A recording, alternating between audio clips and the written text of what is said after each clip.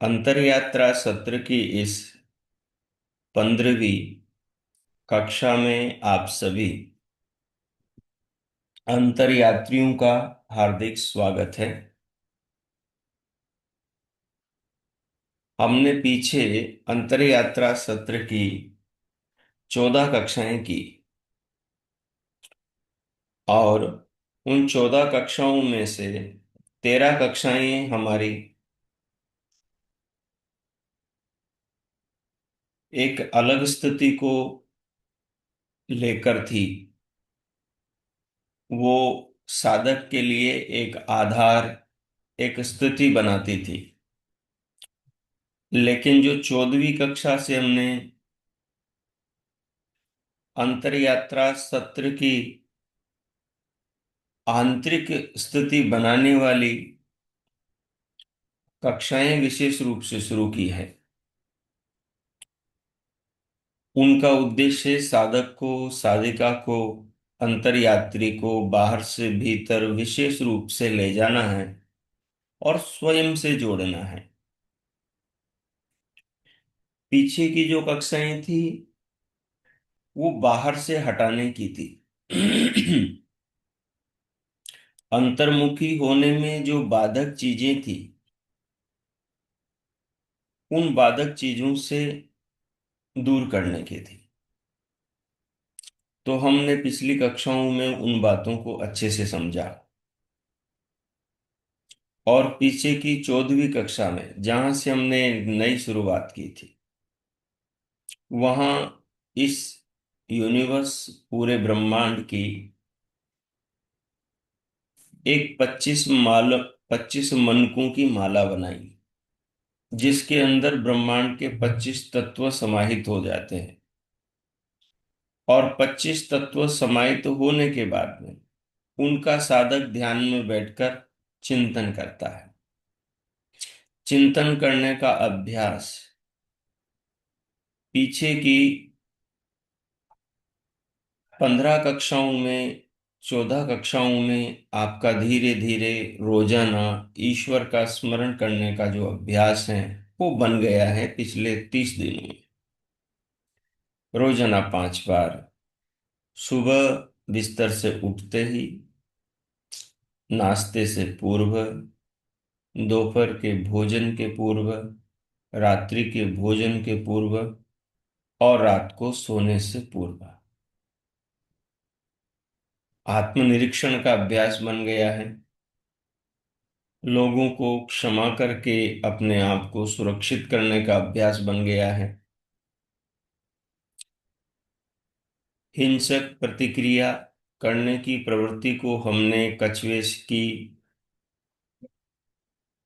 प्रवृत्ति से समझने और उसको अपने अंदर उतारने का प्रयास किया है। कछुए से निरंतरता साधना में बनाए रखने का अभ्यास किया है।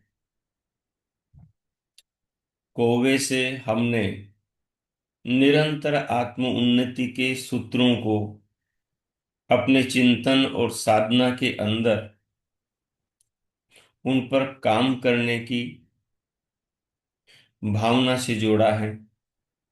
तो ऐसा करके पीछे से धीरे धीरे धीरे एक अच्छी स्थिति, जो साधना में सच में जाना चाहता है, जो वास्तु में भीतर के जगत से रूबरू होना चाहता है, जो वास्तु में इसी जीवन में बचे हुए से समय में अपने आप को जानना और पाना चाहता है, उसके लिए ये जो चीजें हैं, ये जो प्रयोग हैं, ये जो छोटी छोटी बातें हैं, ये एक बहुत सुंदर और बहुत बड़ा वातावरण उसके भीतर साधना से संबंधित निर्मित करता है। पिछली जो हमारी कक्षा थी वो बहुत विशेष थी, जिसमें हमने सांख्य दर्शन के आधार पर, भगवान कपिल के आधार पर इस ब्रह्मांड के 25 तत्वों को लेकर चर्चा करी और पीछे से चले आ रहे प्रकृति के स्वरूप को बहुत अच्छे से और नए शब्दों के द्वारा समझा, और वो आराम से याद रहें, उनके चिंतन की प्रक्रिया क्या होगी, उन पर ध्यान आप कैसे करेंगे, इस पर भी हमारी बात हुई। जो 25वां तत्व पुरुष था, उस पर कुछ चर्चा हुई। पुरुष विशेष ईश्वर के बारे में हमने पिछली कक्षाओं में समझा। अब आज की जो 15वीं कक्षा है, इस कक्षा में हम विशेष रूप से जो पुरुष हैं, पुरुष विशेष नहीं, परमात्मा नहीं जो आत्मा है, ईश्वर नहीं जो जीव है, जिसका सामर्थ्य अल्प है, जो जन्मता और मरता है, अर्थात शरीर में आता है, शरीर से दूसरे शरीर में जाता है, वो जो जीवात्मा है, उसको जानने की प्रक्रिया क्या है, उसको समझने की प्रक्रिया क्या है, उसको ध्यान में उतारने की प्रक्रिया क्या है, उसके स्वरूप से अपने मस्तिष्क को रूबरू कैसे करवाया जाता है, और उसको ध्यान और चिंतन के द्वारा किस प्रकार से जाना जाता है कि उस पर सहज भीतर से विश्वास आ जाए, भीतर से बुद्धि अंतकरण कहें, भीतर से जानने वाला आत्मा खुद कहें कि हाँ मैं यह हूं, और उसमें कोई संदेह न उठे, उसके अंदर कोई भ्रांति न बचे, उसमें कोई संशय न बचे। अब हम उस चीज पर विचार करेंगे कि आत्म तत्व को कैसे जाना जाता है। पीछे प्रकृति पर चर्चा हुई, और प्रकृति पर आपने शुरुआत कर दी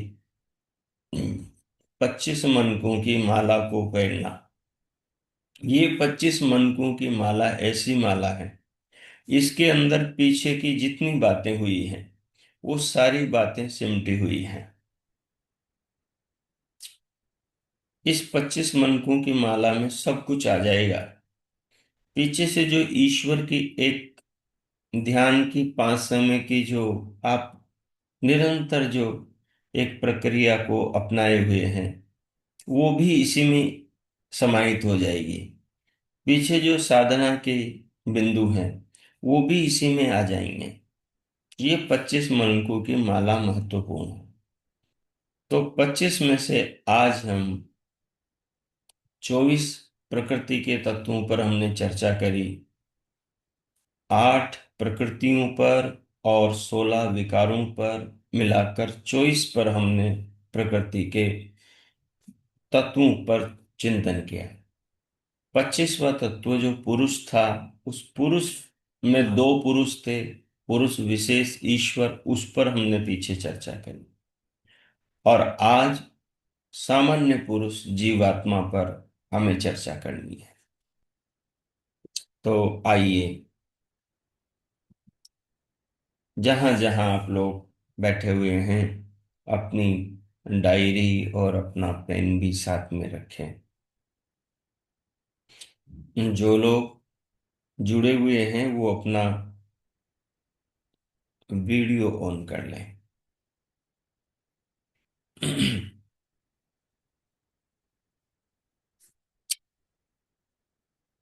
तो देखिए, आत्मा को जाना कैसे जाता है, किसी भी वस्तु को कैसे जाना जाता है। तो किसी भी वस्तु को जानने का जो सबसे सरल तरीका है, जो ऋषियों ने अपनाया और हम सबको बताया, वो है गुण और गुणी वाला। गुण और गुणी वाला। गुण कहते हैं उस वस्तु के उस भाग को जो हमारी इंद्रियों के संपर्क में आता है। और गुणी कहते हैं उस भाग को जो गुणों से ज्यादा सूक्ष्म होने के कारण से सीधा सीधा हमारे संपर्क में नहीं आता, लेकिन उसके गुण उस गुणी से इतने कनेक्ट, इतने जुड़े होते हैं कि हमें समझने में, हमें उसे जानने में जरा भी देर नहीं लगती।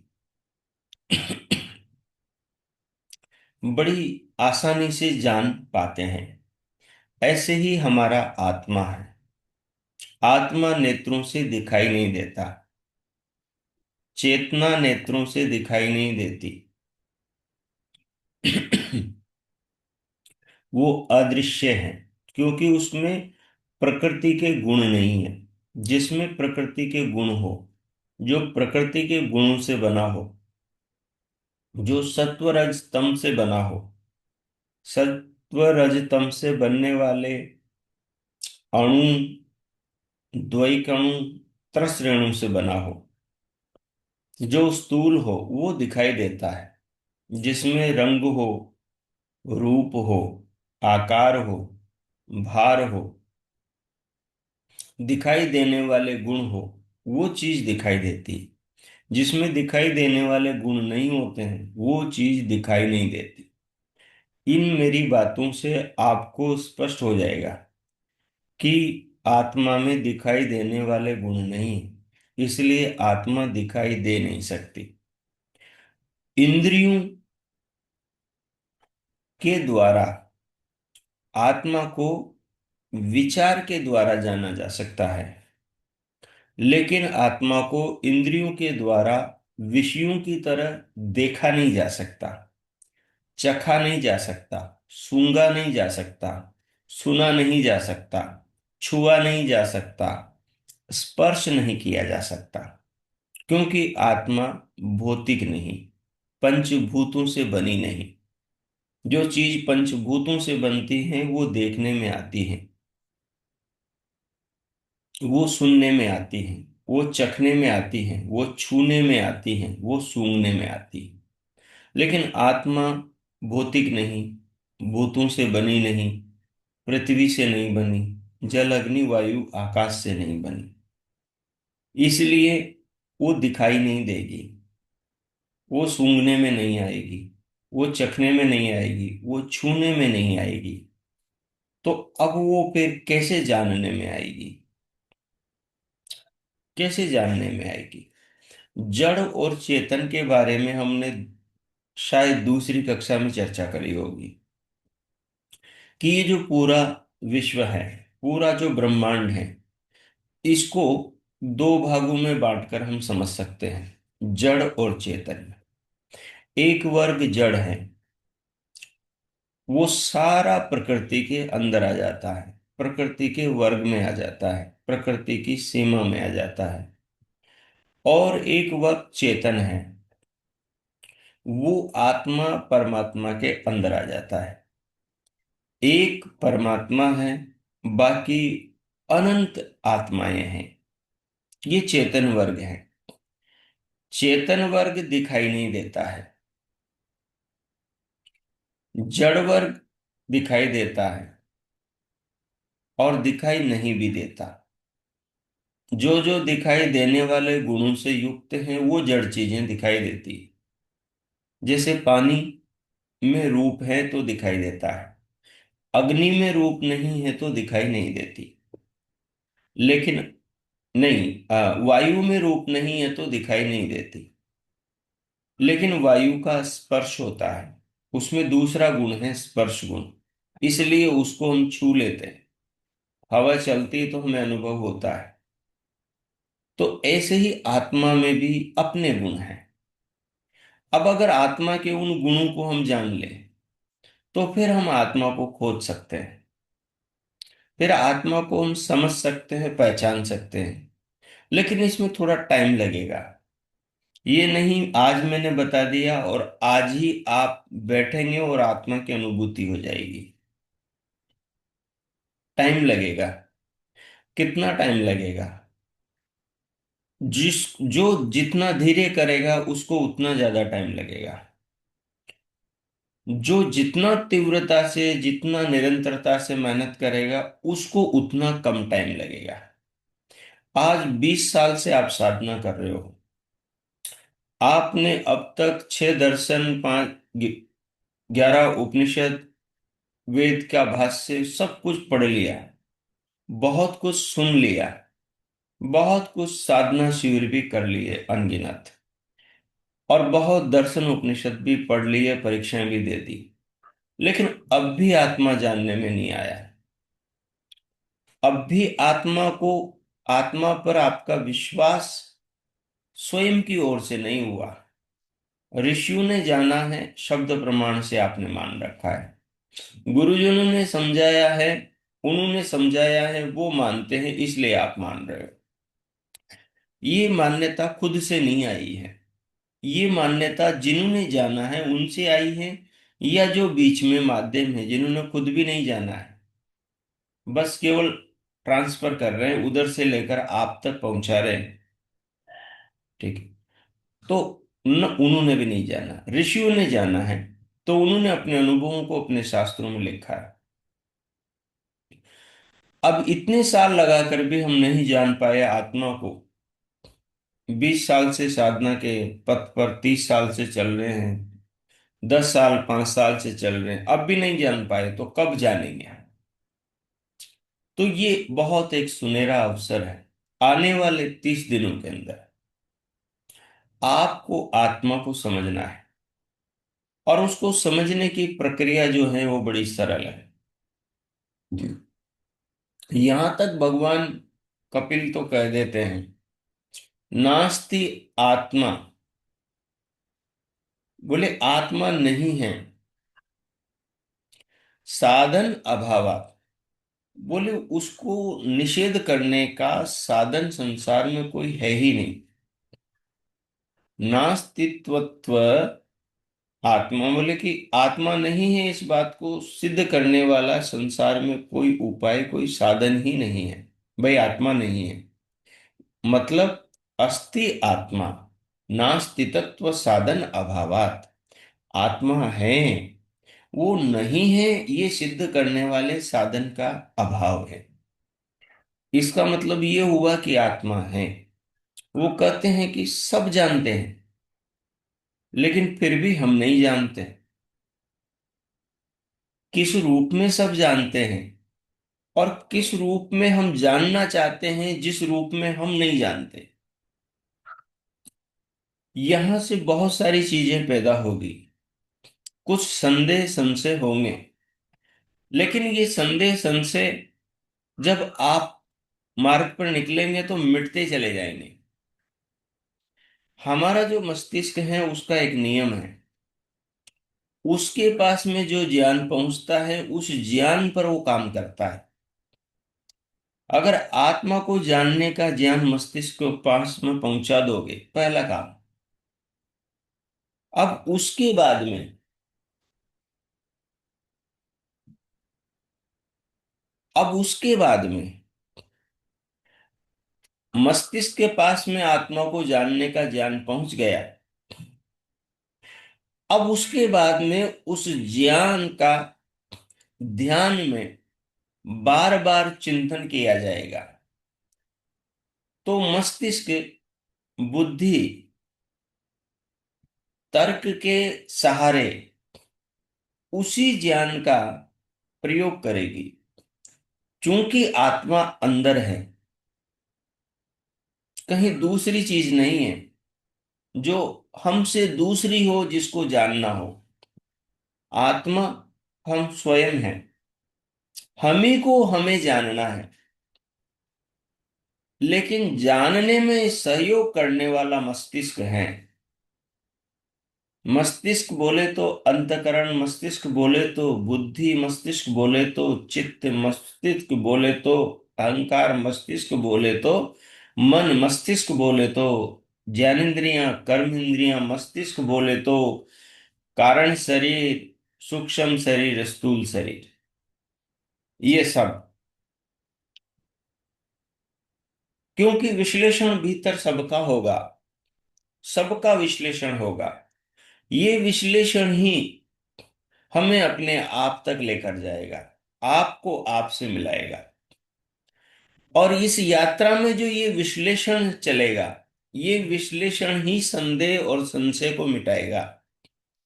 जो साधक इस विश्लेषण को नियमितता के साथ में करेगा, उसका संशय मिटेगा, उसका संदेह मिटेगा। ज्यों ज्यों संशय और संदेह मिटेगा, वैसे वैसे ही उसको आत्मा का सच्चा ज्ञान होगा, आत्मा का सच्चा अनुभव होगा। वही सच्चा ज्ञान कहलाता है जो अनुभव से उठे, जो अनुभव से आए, जिसके ऊपर संदेह संशय न हो। ये संदेह और संशय भीतर से मिटता है, भीतर की अनुभूति से कटता है, भीतर की अनुभूति से छटता है। और भीतर की अनुभूति से जैसे उजाले से अंधकार समाप्त हो जाता है, वैसे ही भीतर की अनुभूति से संदेह का अंधकार समाप्त हो जाता है। मैं जो बोल रहा हूं उस पर मुझे किंचित मात्र भी संदेह नहीं है। मैं जो बोल रहा हूं उस पर मुझे बिल्कुल डाउट नहीं। मैंने जो चीजें की हैं उन पर मुझे संदेह नहीं। और मैंने अपने साधकों को ये बताया कि ये मैं आपको करवा सकता हूं, क्योंकि ये बिल्कुल आसान है।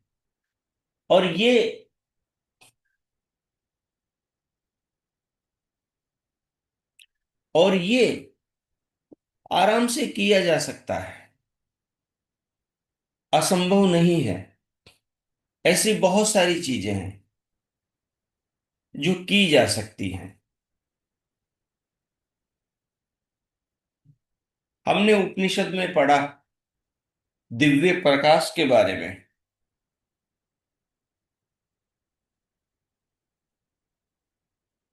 योग दर्शन के भाष्य में पढ़ा, व्यास भाष्य में, दिव्य प्रकाश के बारे में, दिव्य रस की अनुभूति के बारे में, दिव्य गंध की अनुभूति के बारे में। और उसे पिछले कई वर्षों से मैं अपने साधकों को करा रहा हूं, और उनको आराम से अनुभव होता है। हमारी अमृत यात्रा की जो सुबह वाली जो कक्षा चलती थी, उसमें कई साधकों को वो अनुभव हुए। ये अनुभव शास्त्र में बताए गए हैं इसका मुझे पता नहीं था। ये पिछले 20 साल से मैं कर रहा हूं। मुझे कुछ अनुभवी पौराणिक साधकों ने बताया, और मैं भी शुरुआत किया, और मुझे अनुभव हुए। बाद में जब शास्त्र गुरुकुल में आया, तब मैंने शास्त्र पढ़े। वहां पर मुझे पता लगा कि इस चीज के बारे में शास्त्रों में बताया है, जो मेरा पहले से ही अनुभव है। और शास्त्र उस बारे में कह रहे हैं, मुझे कोई संदेह नहीं। शास्त्रों का अनुभव, शास्त्रों का वाक्य, शास्त्रों का प्रमाण और मेरा अनुभव दोनों मिल गए, संदेह समाप्त, कोई संशय नहीं। लेकिन उन्हीं चीजों के बारे में कई विद्वान उनको नहीं मानते, ऐसा होता नहीं। जिन साधकों ने उनसे ये सुना कि वो होता नहीं, उन साधकों को मैंने कहा कि बैठो मैं करवाता हूं। और उनको वो हुआ, और शास्त्र के साथ उन्होंने अनुभव मिलाया, तो संशय मिट गया। आत्मा के बारे में भी यही चीज है। अगर आप नियमितता से मैं जो कर रहा हूं आप ऐसे करोगे, आपका संदेह मिट जाएगा, संशय मिट जाएगा। आपको भाषण सुनाए जाते हैं, अधिकांश भाषण सुनाए जाते हैं, अधिकांश किताबें पढ़ाई जाती है, लेकिन इनसे 98% अधिक जिस चीज पे जोर देना चाहिए उस पर बिल्कुल शून्यता है। जोर देना चाहिए आंतरिक अध्ययन पर, जोर देना चाहिए आंतरिक खोज पर, जोर देना चाहिए अंतर यात्रा पर। उस पर जोर नहीं, बाहर किताबों पर, बाहर भाषणों पर, बाहर श्रवण पे जोर है। हमारा मनन लुप्त है, हमारा निदिध्यासन लुप्त है, और हमारा व्यवहार लुप्त है।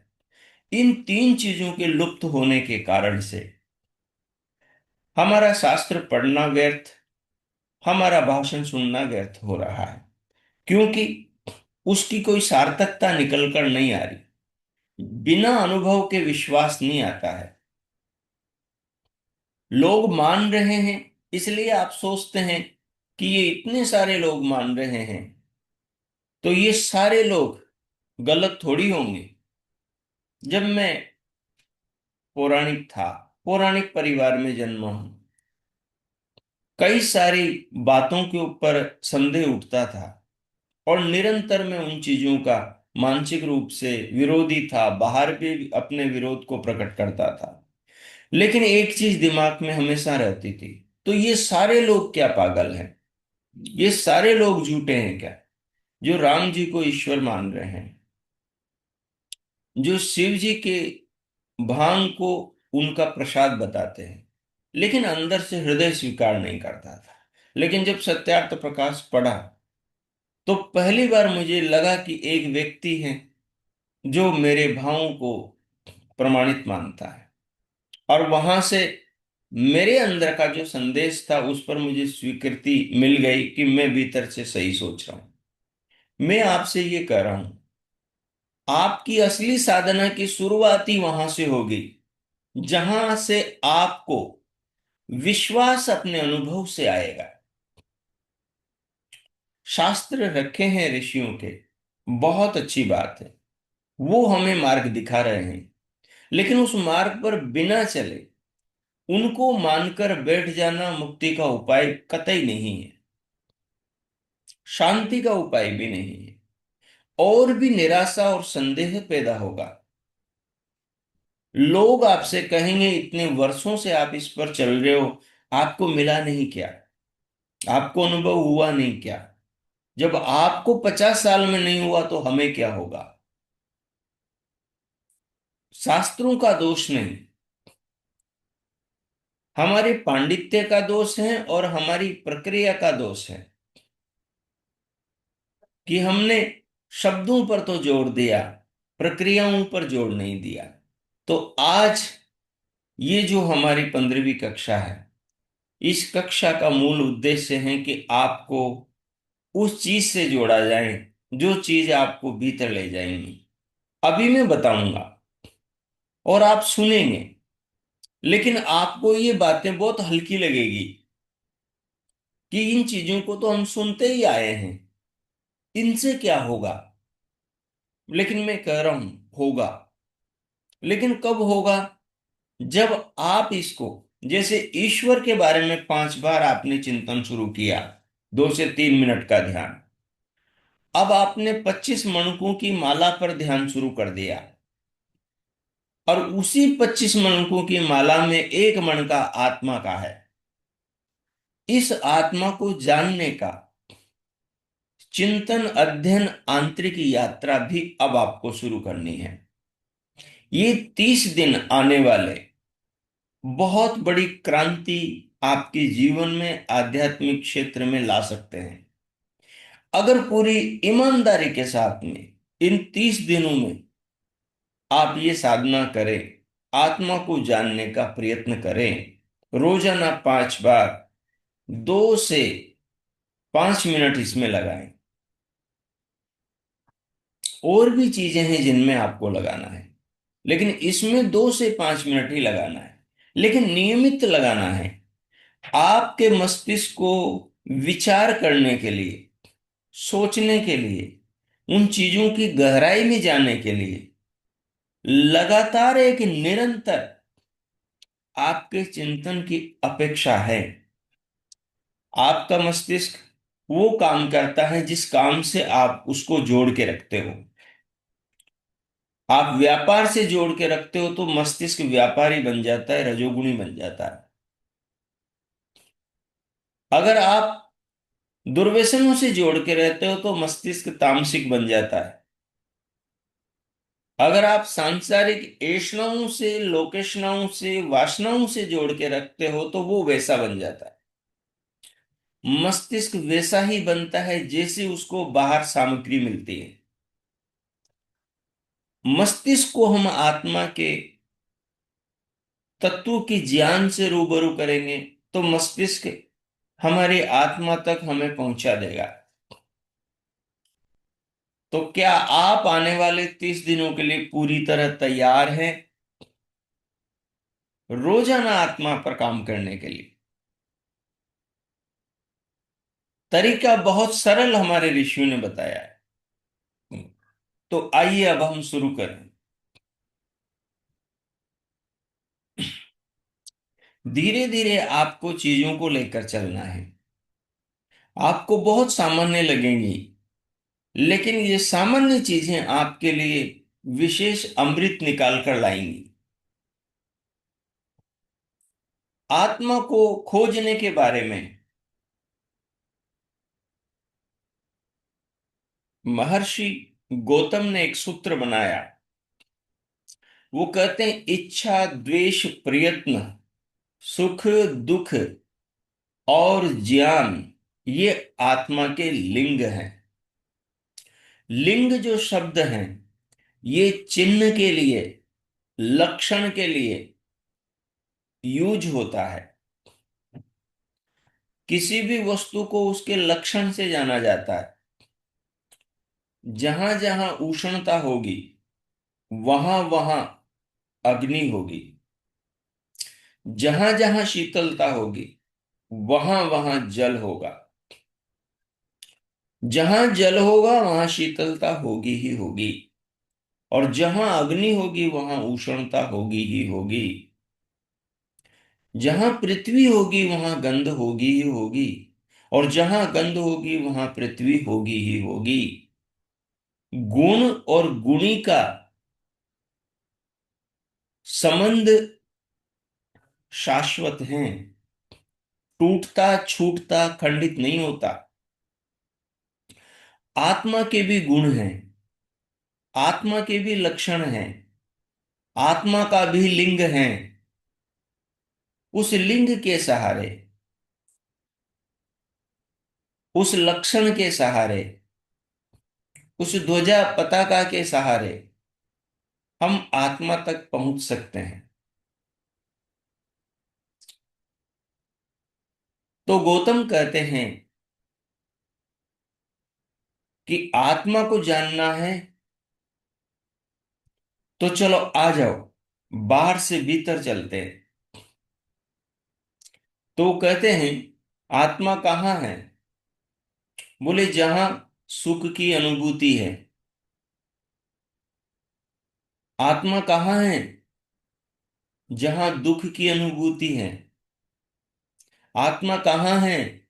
जहां राग है, डिमांड है। आत्मा कहाँ है? जहां द्वेष है, प्रतिक्रिया है, नहीं चाहिए, दुख का निषेध है, वहां आत्मा है। आत्मा कहाँ है? जहां इच्छा है, चाह है, अपेक्षा है, चाहिए, वहां आत्मा है। और आत्मा कहाँ है? जहां पर प्रयत्न है, कोशिश है।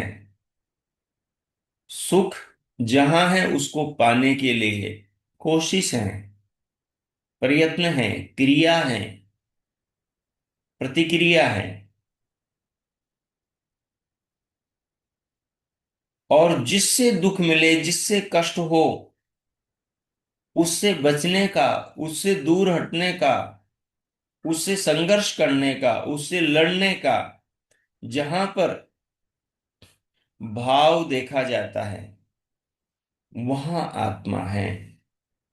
जहां इच्छा है, जहां द्वेष है, जहां सुख है, जहां दुख है, जहां प्रयत्न कोशिश प्रयास है, और जहां अंत में कहा ज्ञान है, अनुभव है, वहां आत्मा है। गौतम ने कहा जानकर। हमने जाना नहीं अभी, हमने केवल महर्षि गौतम से सुना, महर्षि गौतम को पढ़ा। उन्होंने कहा जानकर, अनुभव करके हमने सुना। अभी ये ज्ञान अपना नहीं हुआ। अभी ये महर्षि गौतम का ही है। अब हम इस ज्ञान का अपने ऊपर प्रयोग करें कि मुझे जानना है आत्मा को। किसकी आत्मा को जाने? किसकी आत्मा सबसे ज्यादा नजदीक है? खुद की आत्मा, खुद की चेतना। अपने ही भीतर ढूंढेंगे। ये जो गौतम जी ने आत्मा के लिंग लक्षण बताए, ये तो सबको पता है। आप में प्रत्येक को पता है कि भाई इच्छा तो मुझे ही होती है। सर्दियां चल रही हैं, धूप में जाने की, हीटर चलाने की इच्छा तो मेरी होती है, पानी गर्म करने की। और मेरी ही इच्छा होती है गर्मी के अंदर एसी चलाने की, छाया में जाने की, कम से कम कपड़े पहनने की, पंखा चलाने की। मेरी ही इच्छा होती है। इच्छा तो मेरे अंदर है। तो इस विचार से आपके मस्तिष्क ने बताया कि फिर तू ही आत्मा है। द्वेष भी है। हम रोज देखते हैं रोड पे चलते हुए, सामने से कार आ रही है तो साइड में हट जाते हैं। साइकिल मोटरसाइकिल आती है तो रास्ते से हट जाते हैं। ट्रेन चल रही है तो भीतर बैठते हैं, दरवाजे पे खड़े नहीं होते, क्योंकि गिरने का डर है, मरने का डर है, दुख का डर है, कष्ट का डर है, पीछे हटते हैं। कहीं बिजली के तार हैं तो दूर होके निकलते हैं, मरने का डर है। तो दुख से हम द्वेष करते हैं। तो दुख के साधनों से हम, दुख देने वाले कारणों से हम दूर भागते हैं, डरते हैं, दूर रहते हैं। तो इस चीज से ये सीधा स्पष्ट होता है कि आत्मा तो है। हमारा मस्तिष्क बता रहा है, हमारा विचार, हमारा तर्क, हमारा चिंतन हमें बोध करा रहा है कि आत्मा है। कहाँ है? मेरे अंदर है। ये कौन करता है? इच्छा कौन करता है? द्वेष मैं ही कर रहा हूं। तो मैं ही आत्मा हूं। ये तो सामान्य रूप से जानने में आ रहा है। लेकिन मैं इस सामान्य रूप की बात नहीं कर रहा हूं। इसको तो सब जानते हैं, जो भी किताब पढ़ेगा वो जानेगा इसको, ये तो कॉमन बात है। अगर मैं कहूं कि जिसकी मैं बात कर रहा हूं, तो उसके सामने ये तो 2% है। जो छिपा हुआ 98% है, मैं उसकी ओर ले जा रहा हूं। आप, आपका ब्रेन संतुष्ट नहीं है इतना से। आप संतुष्ट नहीं है इतनी बातों से। जहां आप संतुष्ट हो जाए, मैं वहां की बात कर रहा हूं। हमारी यात्रा का उद्देश्य वो है। जहां योग शास्त्र में ऋषि ने ये कहा, यत प्रापणीयम तत् प्राप्तम, यत त्यक्तव्यम तत् त्यक्तम।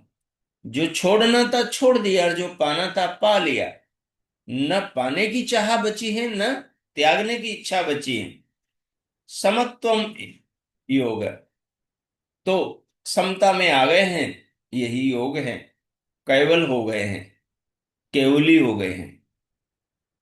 वो चीज कैसे आएगी? हमारी यात्रा का उद्देश्य वो है। तीसरी बात बताएं, जिस पर हमें विशेष जोर देना है। प्रयत्न। प्रयत्न कहां से जन्म ले रहा है? वो मेरे भीतर से आ रहा है। मुझे आपसे कुछ अपेक्षा है तो मैं बोलूंगा। बोलने के लिए जीभ को हिलाऊंगा, जोर लगाऊंगा भीतर से। जिन शब्दों में, जिन अक्षरों से, जिन वाक्यों से मेरा मनोगत भाव प्रकट होगा, उन्हीं वाक्यों को बनाऊंगा, उन्हीं शब्दों को गढ़ूंगा, और उन्हीं इच्छाओं को आप तक पहुंचाऊंगा। तो ये सीधा देखा जाता है प्रयत्न। जहां मुझे सुख मिलेगा, वहां मैं दोनों पांवों को चलाऊंगा, आंखों को उसी रास्ते पर लगाऊंगा, और वहां पहुंच जाऊंगा। उस दुकान से मुझे जो जरूरत है वो खरीदूंगा। प्रयत्न तो दिखाई दे रहा है। लेकिन ये प्रयत्न में देखता कितनी देर हूं दिन में। मैं इच्छा मेरे अंदर से उठ रही है, उसको देखता कितनी देर हूं दिन में। द्वेष मेरे अंदर से उठ रहा है, इसको देखता कितनी देर हूं दिन में। और ज्ञान मुझे पल पल हो रहा है, इसे देखता कितनी देर हूं मैं दिन में। 50 साल से जो साधना कर रहे हैं, 50 साल में उन्होंने 3 महीने ऐसे नहीं निकाले होंगे जिन महीनों के अंदर उन्होंने देखा होगा इच्छा द्वेष प्रयत्न सुख दुख ज्ञानात् मनोलिंगम, ये आत्मा के लिंग है। और 3 महीने तक मैंने इस पर काम किया, 2 महीने मैंने काम किया, एक भी आप में ऐसा साधक नहीं मिलेगा। हमारे अंदर निरंतरता, हमारे अंदर सततता, हमारे अंदर वो, जब तक पानी नहीं आया पेंदे का गड़े के गले तक, तब तक कोवा कंकर डालता रहा। वो धैर्य नहीं, साधना धैर्य की पहली सीढ़ी से साधक को अपने भीतर बुलाती है। जो साधक धैर्य की सीढ़ी नहीं चढ़ सकता, इसलिए ध्यानियों को धीरज कहा है। उनको कहा बिना धैर्य के, बिना धीरज के साधना की सिद्धि नहीं होती है। इसलिए धीरज, धैर्य चाहिए। नियमितता के लिए धैर्य चाहिए। नियमितता ये रखनी पड़ेगी कि हमें आत्मा को खोजना है, मस्तिष्क को आत्मा की खोज के काम में लगाना है। आप कक्षा सुन रहे हो, इतनी देर आपका मस्तिष्क आत्मा की खोज में लगा है, ये भी आपकी ओर से नहीं है, ये तो मेरी ओर से है। तो फिर आत्मा की खोज नहीं होगी, फिर उसके स्वरूप का संदेह रहित बोध नहीं होगा। उसके लिए आपको खोज करनी पड़ेगी। अब आज आत्मा की चर्चा हो गई, तो ये पांचों बिंदु, ये 6 बिंदु, ये 6 लक्षण आपको निरंतर लेकर चलना है। इच्छा द्वेष सुख दुख ज्ञान और प्रयत्न, ये जो 6 लक्षण हैं, ये आत्मा के लक्षण हैं। इन पर काम करना है। दिन में 5 बार तो विचार करना है, आंख बंद करके ध्यान में बैठकर। बाकी दिन भर इन पर काम करना है। अगर आप साधक हैं, साधना के प्रति निष्ठा है, पिछली कक्षा में मैंने बहुत गहराई से आपको अनुरोध किया था कि साधना क्या मांगती है, साधना की क्या प्राथमिकता है। अगर वो चीज आप साधना को देते हो, समय देते हो, साधना को प्राथमिकता से लेते हो, तो साधना आपका मंगल करेगी। साधना आपके सब अमंगलों का हरण करेगी। तो उसके लिए ये जो 5 बिंदु हैं, ये जो 6 बिंदु हैं, ये जो 6 आत्मा के लक्षण हैं, इन पर आप काम करेंगे। काम का तरीका सुनो, कैसे करना है। क्योंकि ये अंतर यात्रा है, इसका अंतर यात्रा शब्द ही आपको बता रहा है कि आपको अंदर की यात्रा करनी है 60 दिन तक। उसमें से आपके लगभग 30 दिन चले गए। अब जो दिन बचे हैं उनके अंदर आपको और ज्यादा गहन यात्रा करनी है। बाहर भी चलें तो आप भीतर चलें। कई लोग भीतर होते हुए बाहर चलते हैं, मैं कह रहा हूं आप बाहर होते हुए भीतर चलो, ये अंतर यात्रा बनेगी। आंखें बाहर खुली हो, दृष्टि भीतर हो, आपकी सुरता आपके पांव से लगी हो, आपके चरण चाप की गिनती कर रही हो, 2012 में लगभग 2 महीने में योग ग्राम में रहा, हरिद्वार। मैंने इसका गहन अनुभव किया। एकांत कुटिया में और घूमते हुए, भ्रमण करते हुए अपने आप से स्वयं को जोड़कर अनुभव कैसे किया जाता है, कैसे समझा जाता है। 2011 में मेरा दर्शनों का बैच पूरा हुआ। 2011 में मेरे सामने दूसरा अवसर था कि मीमांसा पढ़ लो। मेरे भीतर की व्याकुलता इतनी अधिक थी, क्या मीमांसा पढ़ने से आत्मा समझ में आ जाएगा? क्या मीमांसा पढ़ने से आत्मा जानने में आ जाएगा? ईश्वर की समझ आ जाएगी? मैंने सांख्य पढ़ लिया। शुरू हुआ था तो लगा था पूरा होते होते मैं आत्मा परमात्मा को जान जाऊंगा। पूरा हो गया, नहीं जान पाया। सांख्य के बाद में योग चला। योग में तो लगा था कि शायद योग पूरा होने से पहले मैं आत्मा को, परमात्मा को जान जाऊंगा, भीतर की दुनिया को समझ जाऊंगा। लेकिन अंतिम दिन तक परीक्षाएं दे दी, परीक्षाओं में नंबर 60 से ऊपर, बढ़िया।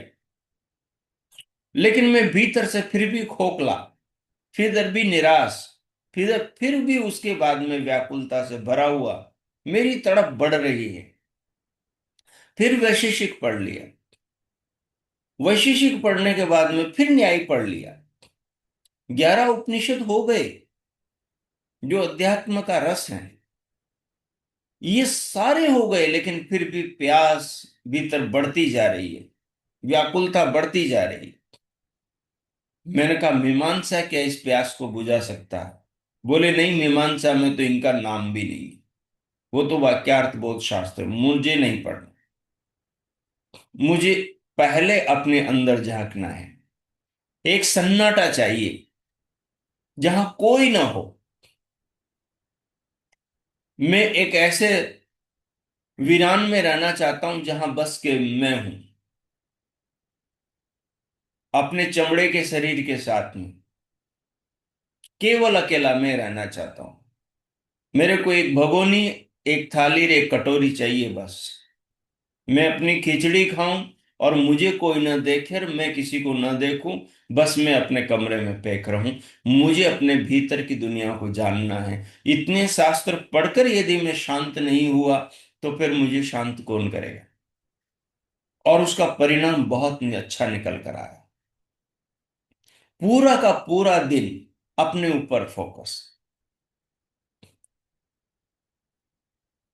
चल रहा हूं तो भीतर से अपनी सुरता को अपने पांव के साथ में जोड़कर, अपने हृदय की धड़कन के साथ में जोड़कर, अपने आप की चेतनानुभव अनुभूति के साथ में जोड़कर घंटों चल रहा। उसने एक, उस यात्रा ने, उस साधना ने एक समझ दे दी कि शास्त्र महत्वपूर्ण हैं, लेकिन भीतर नहीं गए तो ये कुछ नहीं कर पाएंगे। शास्त्र तो मार्ग दिखाते हैं। शास्त्र जो बता रहे हैं वो मिलेगा तब जब तुम भीतर जाओगे। और भीतर जाने के लिए एक वातावरण की आवश्यकता है। जब तक वो वातावरण आप निर्मित नहीं कर लेते हो, शास्त्र होगा, ज्ञान होगा, तब भी अनुभव नहीं आएगा। तो उस वातावरण को बनाना है अब घर पर आपको। एक गले वाला बच्चों का जैसे वो उनका परिचय कार्ड होता है, ऐसा लें। उस पर लिखें मेरी साधना चल रही है, अभी मैं मौन हूं।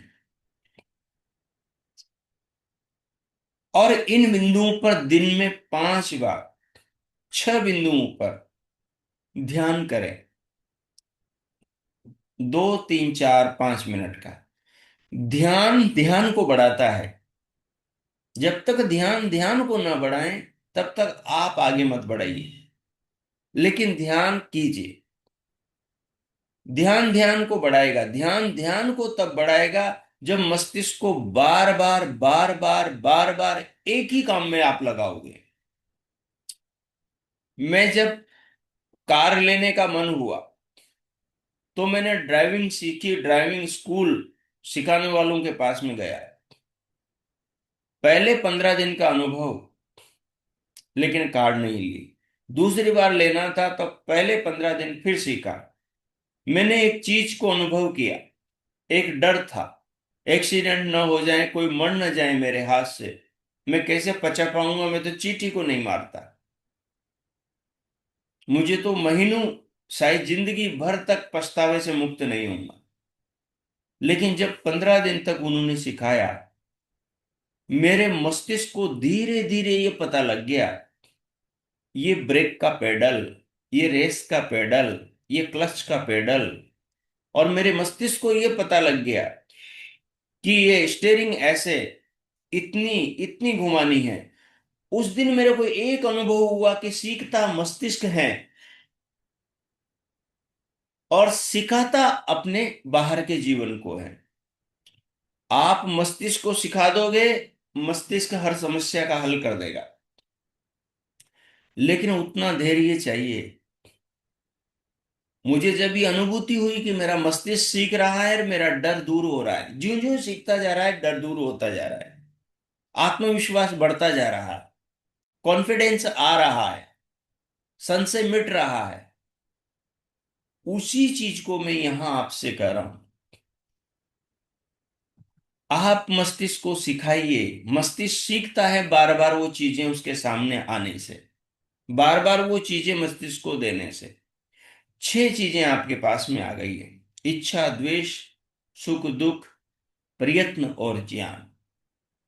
इन पर आपको काम करना है। करना क्या है? खोज करनी है, बैठना है। आत्मा का लक्षण इच्छा है। क्या मेरे अंदर इच्छा है? आप बैठिए, आगे का रास्ता मस्तिष्क सुझाएगा। हो सकता है 2 दिन नहीं सुझाए, निराश नहीं होना, घबराना नहीं, प्रक्रिया को मत छोड़ना, कुंडी खटखटाना बंद नहीं करना, दरवाजे पर दस्तक देना ही देना है। आप अपना काम करो, मस्तिष्क अपना काम करेगा। आपने हैबिट नहीं डाल रखी, सिखा नहीं रखा मस्तिष्क को। सिखाया होता तो इस क्षेत्र के ऊपर भी वो झट से काम शुरू कर देता। शुरुआत में नहीं करेगा। शुरुआत में नए साधक आंख बंद करते हैं और उनको विचार नहीं चलता, उनको कुछ सूझता नहीं, कुछ समझ नहीं आता। थोड़ी सी देर में वो हताश निराश होकर भीतर से बाहर भाग आते हैं। ऐसी स्थिति में डरना नहीं, काम नहीं छोड़ना। ये घाटी चढ़नी पड़ेगी। इस घाटी के बाद में बहुत सौंदर्य है, बहुत चमकते सितारे हैं, बहुत आनंद के अनुभव है जो निहाल कर देंगे। लेकिन उससे पहले घाटी चढ़नी पड़ेगी अपने को। तो ये जो 6 बिंदु हैं, आत्मा के लक्षण हैं, इन पर काम शुरू कीजिए। इसके बाद में और भी 8-9 लक्षण हैं जो ये और इनके अतिरिक्त कुछ हैं, उन पर चर्चा हम अगली साधना में करेंगे। आपके पास में 6 चीजें आ गई हैं। मुझे लगता है किसी को संदेह नहीं है। इच्छा सबके समझ में आती है, द्वेष सबको समझ में आता है, सुख और दुख सबको समझ में आता है, प्रयत्न, क्रिया। मैंने इच्छा की, हाथ को उठाना है। केवल इच्छा करने से हाथ नहीं उठ रहा है, इच्छा के साथ साथ ताकत लगाने से हाथ उठ रहा है। इस ताकत का नाम प्रयत्न है, जो इच्छा से अतिरिक्त है। ज्ञान, मैं आपको देख रहा हूं, मुझे ज्ञान हो रहा है कौन कौन कौन है, इनका नाम क्या है। ये ज्ञान आत्मा को होता है। आत्मा शरीर से निकलती है, शरीर में कोई जानने वाला नहीं होता। शरीर की न इच्छा होती है, आदमी की न इच्छा होती है, मोहन की कोई इच्छा नहीं है। मोहन का बेटा घनश्याम, मोहन का बेटा प्रमोद रो रहा है बैठा बैठा मोहन के शरीर के पास में। मैं रास्ते से गुजर रहा हूं, मैं कह रहा हूं प्रमोद बेटा क्यों रो रहे हो? बोले पिताजी नहीं रहे। मैंने कहा पिताजी तो लेटे हुए हैं, उठाओ इनको। बोले नहीं पिताजी चले गए। मैंने कहा कहाँ चले गए, ये रहे। बोले ये पिताजी का शरीर है, पिताजी मोहन है, मोहन नाम है। मैंने कहा वो मोहन मेरा मित्र है, उठेगा अभी। मैंने कहा मित्र मोहन उठो उठो, उठो मित्र मोहन। उठ नहीं रहा, हाथ उठाया, जैसे कोई हाथ में प्रयत्न नहीं है। आत्मा के निकलने के बाद में शरीर में प्रयत्न नहीं हुआ, नहीं होता। मैंने जीवन में किसी को संसार छोड़ते हुए पहली बार देखा, अपनी माँ को। वो मेरे सामने गई, जब उसकी देह में चेतना थी तब मैंने उसके शरीर का अनुभव किया। उसमें प्रयत्न था, हाथ उठाने के बाद में एकदम गिर नहीं रहा था। लेकिन जब आत्मा निकल गई, आंखें ठहर गई, धड़कन बंद हो गई, और फिर मैं मां को उठा रहा हूं, मुझे पता नहीं है, मैं नहीं जानता कि चेतना निकल गई। मैं उठा रहा हूं।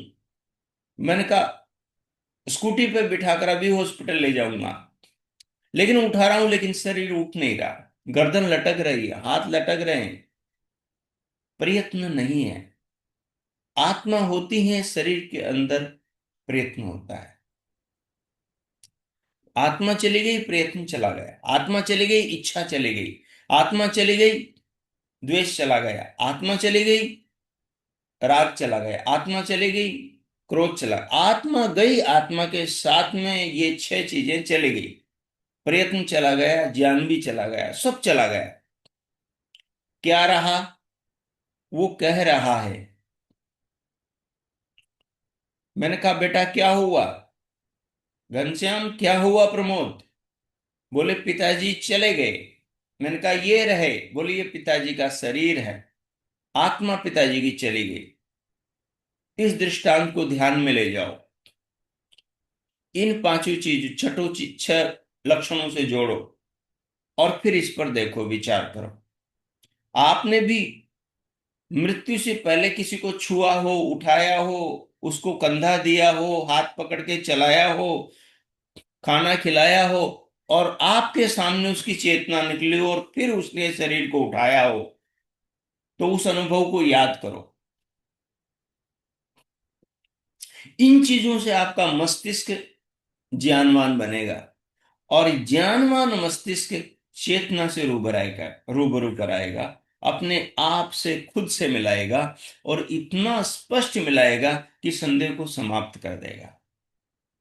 एक नई ज्योति जलेगी, एक नई किरण फूटेगी, एक नई रोशनी का उदय होगा, जो आपकी आत्मानुभूति कहलाएगी, जिसके ऊपर कोई खांच नहीं होगी, जिसके ऊपर कोई मेल नहीं होगा, जो बिल्कुल एकदम चमकती हुई होगी, संदेह से रहित होगी, आत्मविश्वास से भरी हुई होगी, और भीतर से आप कहेंगे हाँ मैं जान गया खुद को, मैं ये हूं।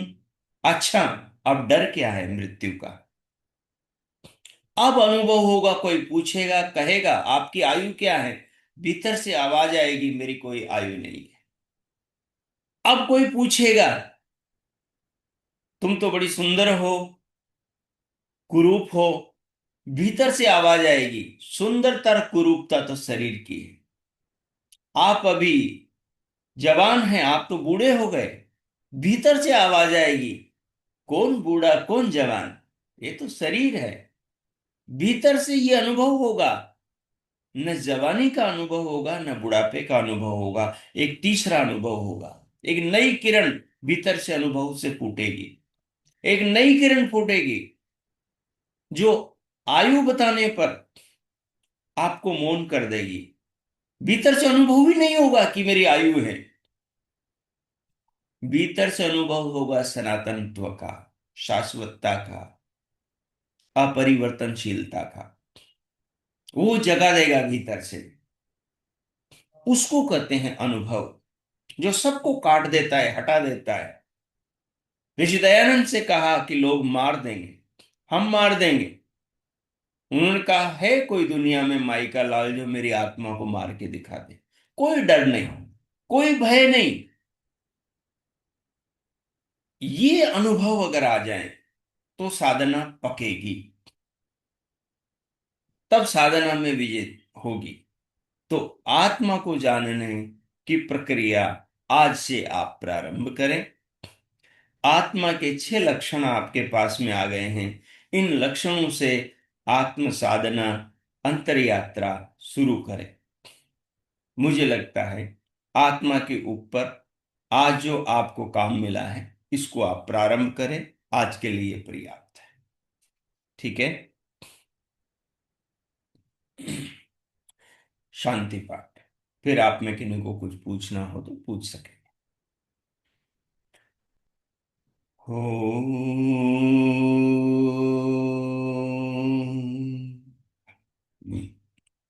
ओम।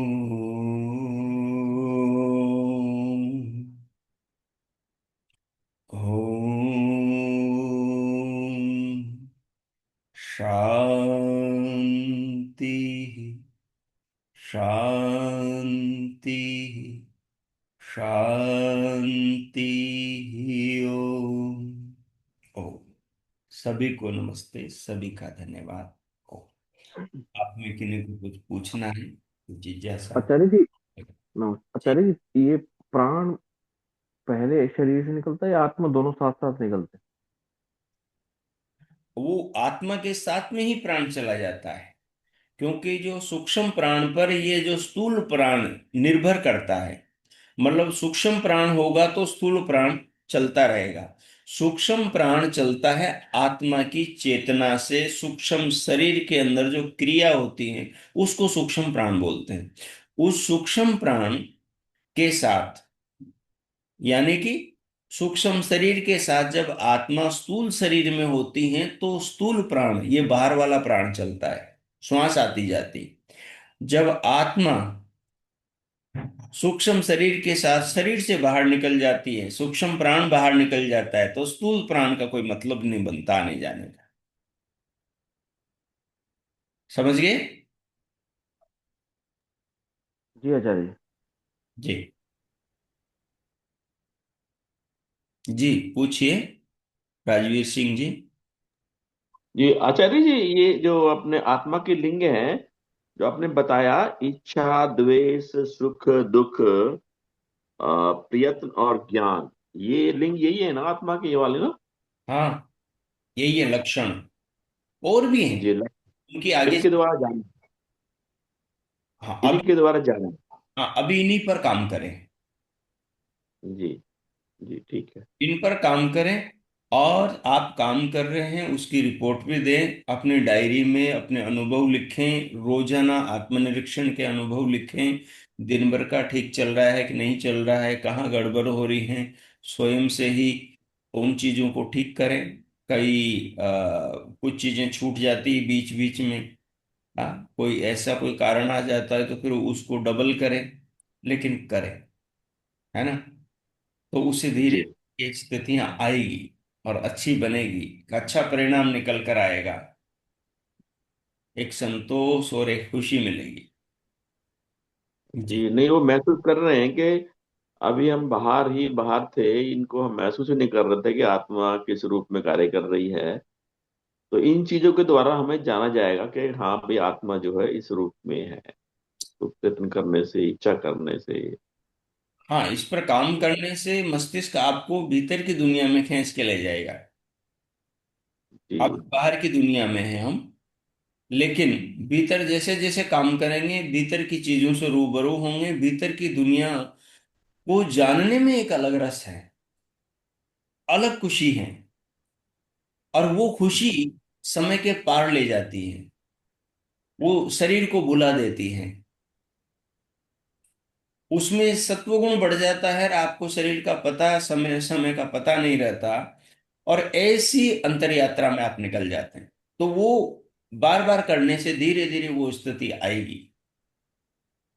आचार्य जी, जो योग दर्शन में महर्षि पतंजलि में लिखा है उन्होंने भी, कि भी हमें जो ये जो शास्त्र जो हैं, जो भी हम पढ़ रहे हैं, इन बैसाखियों से हमें ऊपर उठना है और अपने खुद के अनुभव के अनुभूति के अनुसार हमें चीजों को जानना। तो मैं ये समझ रहा हूँ उन चीजों से, मैं इस चीजों कि भाई वो नहीं, सत्य है कि भाई शास्त्र पे नहीं जाना हमें। शास्त्र मार्गदर्शक है, शास्त्र के बिना आप सत्यता तक पहुंच नहीं सकते। क्योंकि हम्म। शास्त्र का जो वक्ता है वो सत्य से पहले रूबरू हो चुका है।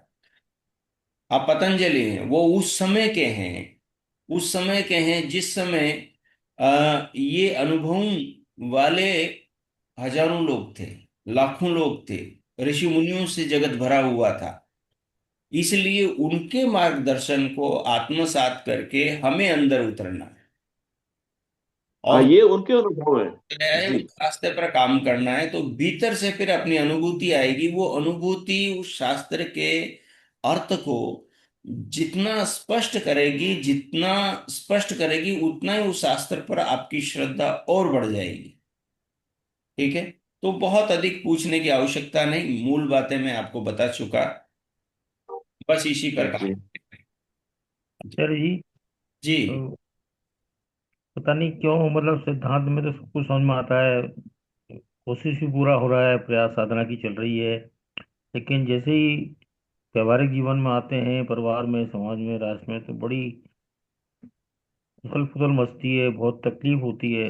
परिवार से उससे दूरी बनाइए ना, आपने तो अलग से अपना कुटिया बना रखी है, आप उसमें हाँ। एक रूम में रहिए। आप जी। परिवार को समय आपने बहुत दे दिया।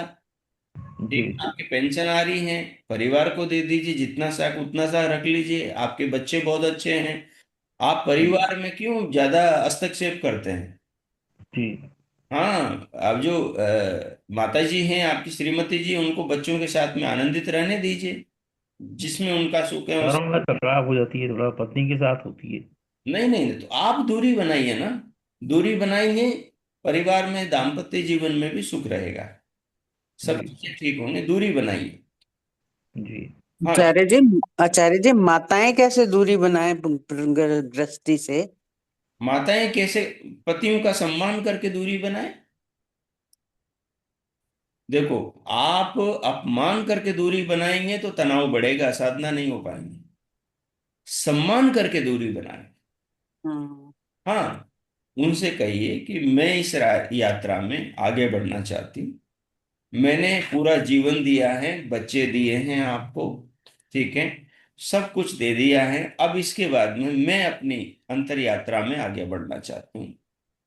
तो वो आपकी भावना को समझेंगे, आपका सहयोग करेंगे। वो भी बढ़ना चाहें तो वो भी आपके साथ में आगे आएंगे। ये अच्छा तरीका है, सम्मान पूर्वक। सम्मान। हाँ। जी। धन्यवाद। जी। ओ।